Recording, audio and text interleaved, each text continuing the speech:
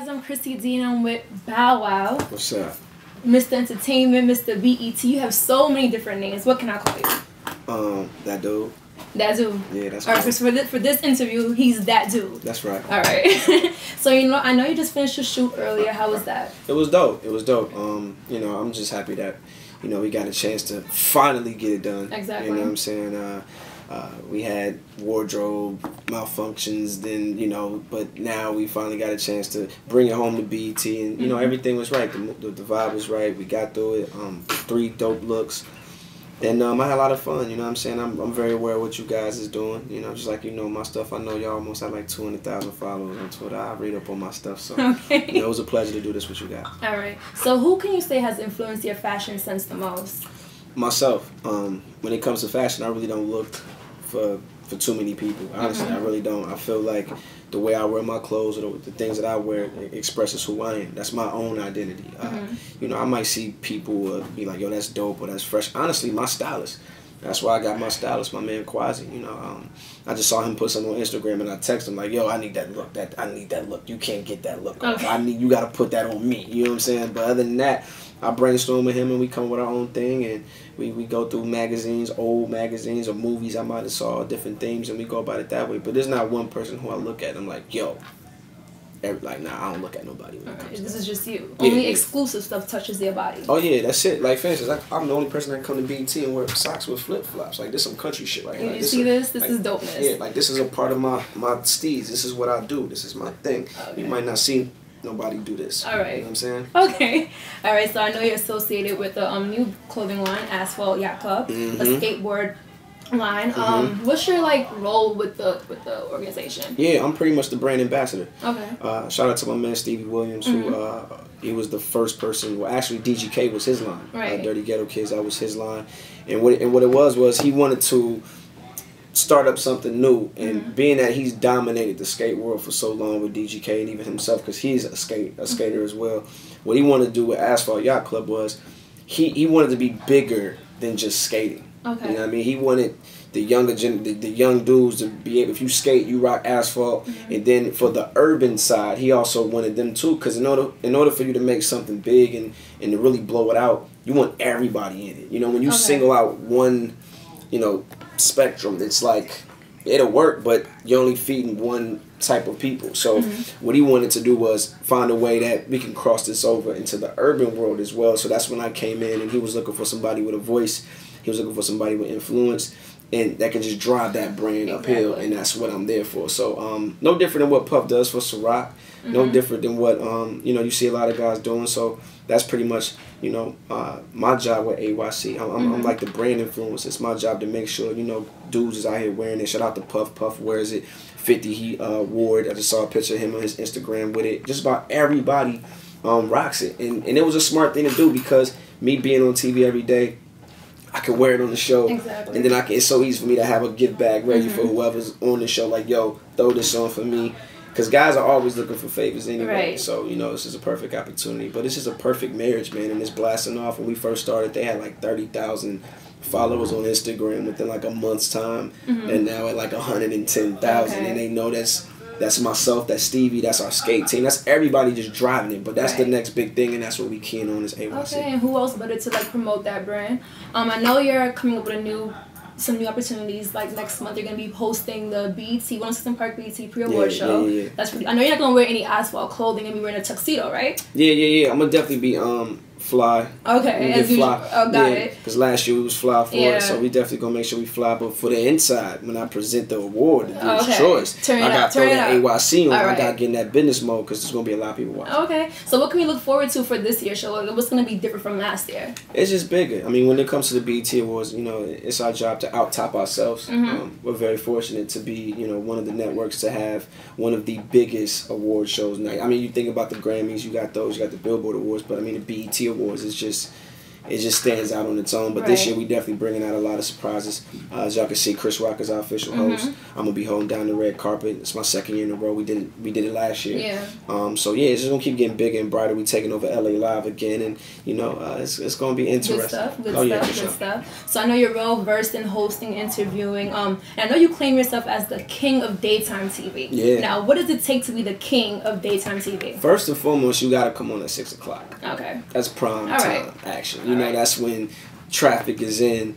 You know what I mean? That's like the prime time of the day. You know what I'm saying? 6 o'clock is when everything goes down. That's when you really want to watch the news. So, you know, when you're on TV, on prime time TV, you know, and I'm the youngest dude on prime time TV, I got to go ahead and crown myself the king of that. Because if I don't, then who else will? You know what I mean? So I know as a host of Winston Park, I know you have interviewed a lot of people, a lot of people coming in and out. What was the best interview for you during your time? Oh, Tyra Banks. Tyra Banks. Oh, hell yeah. Okay. Without a doubt. And who was the worst? That might be a question for Keisha. How about that? I want to ask you Keisha has some historic 106 moments already. We might want to. Speaking of that, how would you have handled that situation? I feel I got it. I feel I mean, things happen. You know what I mean? Okay. Things happen. I mean, it's not the first time in television history where, you know, you've seen something, you know, go steer left or steer right. But, I mean, it's our job as journalists, even for yourself, you know, for you to, even now, you see my PR didn't. Exactly. But it's your job to ask questions. And it's up to the person. Yeah, it's up to the person who's getting asked the questions to answer them, you know. And thank you. The proper way. You know what I mean? So it's not us. It's how you take it in. And, you know, it was a cool viral moment. People had fun with it. You know, it made the show even hotter. As though he didn't really need it, but it had the press talking. And I'm sure it helped. I'm sure it helped August a little bit too. And he came back, apologized. So, you know, it's all good. And, you know, he didn't, I mean, like I said, it's all good. You're going to have those type of situations. I've had those situations right here at BET. You know what I mean? So, like I said, it's all good, and things happen, and you move on. You learn from it. Okay. So we know you're hosting, and you know we know you also do acting, but your primary goal, you're also a rapper. So I know you have a collaboration with Neo. Yeah. New song Team Us, right? Yeah. How's that coming along? Yeah. Well, it's done. It's in the can. It's mixed. Actually, no, it's not mixed yet. It's getting ready to be mixed. Okay. So that's gonna be like the first, I would say, big national record. Right. Because a lot of people don't understand. Like, for me, it's hard because I got like 5 or 6 different job titles, and I even put a father role in there too because I'm a father. So it's like, you know, I got to be the rapper, I got to be the actor, I got to be the host, I got to be the clothing line, I got to be. But you juggle it all. Yeah, you have no choice. So it's hard. You know what I mean? So when I came to 106, I didn't want to like bombarded with music early on. I could have did that. Like, I could have came to 106 and said, yo, I got 8 videos and I'm loaded. Right. But I didn't want the people to watch 106 for that, because then it would have just turned into a Bow Wow show. Then it would have went off air in like 2 weeks. Okay. So what I wanted to do was I wanted to come in and show dudes like, yo, I'm not like these rappers who, when y'all watch them get something, they get it because they're a rapper. No, I get it because I'm a host. You know what I mean? Like, you're going to respect me as a host more or less, and you're going to respect me as a rapper who was given this role. And that's what I took. So my first year and a half, I wanted to show the host. I ain't care if motherfucker, oh, he corny or he... Nah, I'm the host. Right. I'm going to do some corny shit. That's what a host supposed to do. Yeah. You know what I mean? That's TV. Exactly. TV. So it's like, my whole thing, how I put everything in perspective is, okay, the rapper's going to be the rapper. The rapper don't need to come to 106 and part until, you know... I got some ideas, though, when it's time for me to premiere my video. When it's time, though. Yeah, it might be Mr. 106 interviewing Bow Wow on the same show. Okay. That's just some tricks up my sleeve that I'm already working on. But it's hard, but I get it done. All right. Any other projects music-wise coming up for you? Yeah. Of course, we got the Rich Gang album coming out. You know, that's the second album. I'm on there as well. You know, that's going to have myself, Wayne, Drizzy, Nicki, the whole entire family on that one. Great. Of course, more movies. We're going to keep that coming. We got Liquor coming. Okay. We got... Man, I just got so much stuff. You're just doing it all. Yeah, the entrepreneur. I'm doing everything. Okay. Yeah. All right. Speaking of music, if you were stuck on an island, what are the albums would I have? Yeah. 5? 5. Only 5. That's hard because I don't really fuck with too much stuff like that. I'm more of like a albums. Or songs, any songs, yeah. Oh, pick songs? Okay, so I'm a song person. So I don't really listen to people's albums like that. Yeah. Number 1, I'm gonna go with Cut Her Off. Okay. My boy K Camp. Number 2. Number 2, I'm gonna go with I'll go with Yayo. My boy Snooty Wild. I'll go with that one. Number 3, I'll go I'll go I'm a Stoner. I'll do Young Thugger. That's cool. He family. He rich gang. Number 4. Number 4, I got to throw my Uncle Snoop in there somewhere. All right. I mean, it wouldn't be right if you didn't. And number 5. Probably for Snoop, Ain't No Fun. Okay. And then 5. What's my shit? I'm trying to think of something that just give me in the. I might just go ahead. What you pump before you go on TV? I probably have to. I'll throw Wiz in there. Okay. We them boys. I'll throw that in there too. All right. I'll throw that in there. All right. And if you were stuck on that island, what kind of sneakers would you be wearing? Some Nike flip flops. That's 1. Some Jordan flip flops. That's 2. Number 3, some Gucci flip flops. That's 3. Number 4, some Louis flip flops. Okay. And then number 5, no. All right, so swagged out on the island. Yeah, because I'm on the island, so you gotta have on some flip flops. I ain't gonna want to be in no J's and nothing like that. If I'm in the sand. I hear you. Just looking dope on the island. Flip flops.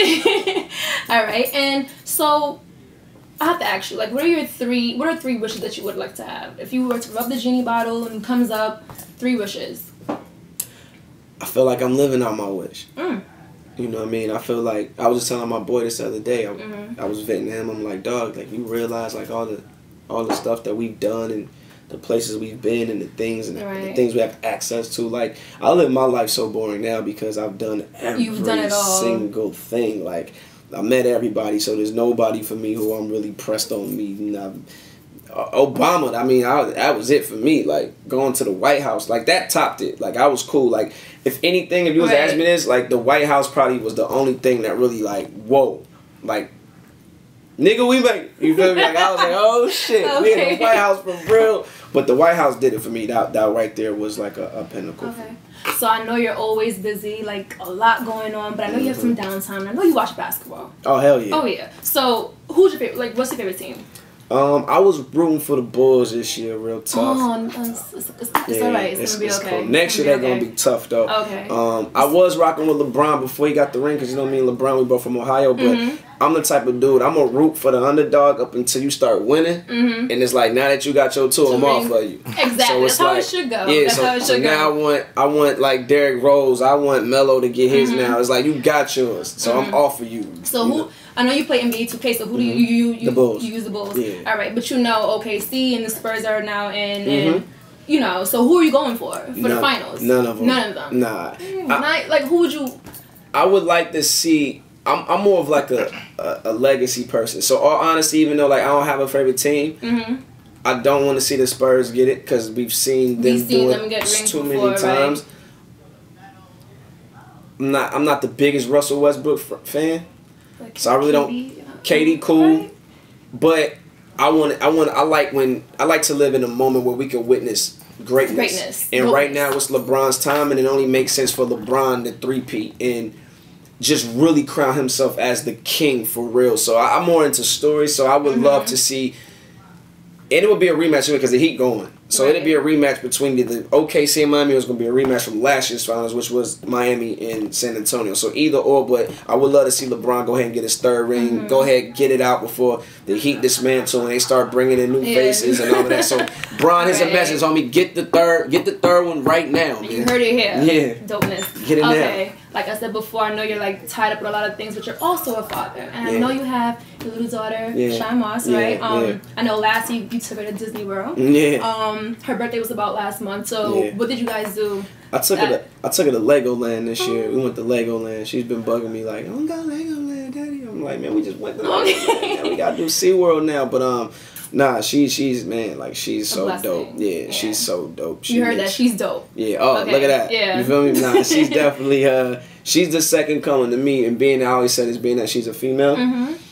I say this now. I feel like if my daughter chooses to want to get anywhere close in this room, she'll be bigger than me because she can go longer. Yeah, because she's a woman. Like she'll be able to keep it going. It's gonna be my job just to tell her what traps and mines to watch out for. Exactly. Those type of things. But nah, she's a character already. You know, she's destined for dopeness. For sure. So last but not least, what does dopeness mean to you? Dopeness means to me, it's more than just a word. It's a lifestyle. You know, when I use the word dope, it's you know, it reminds me of the culture, what I represent. You know, it's my swagger, it's my demeanor, it's how I talk, it's how I walk, it's everything that I do. You know, and I put this on my Instagram. If I can't be fly doing something, I don't want to do it. I gotta be. It's just how it is. I just gotta make sure that, you know, everything, even the food I eat, gotta be dope.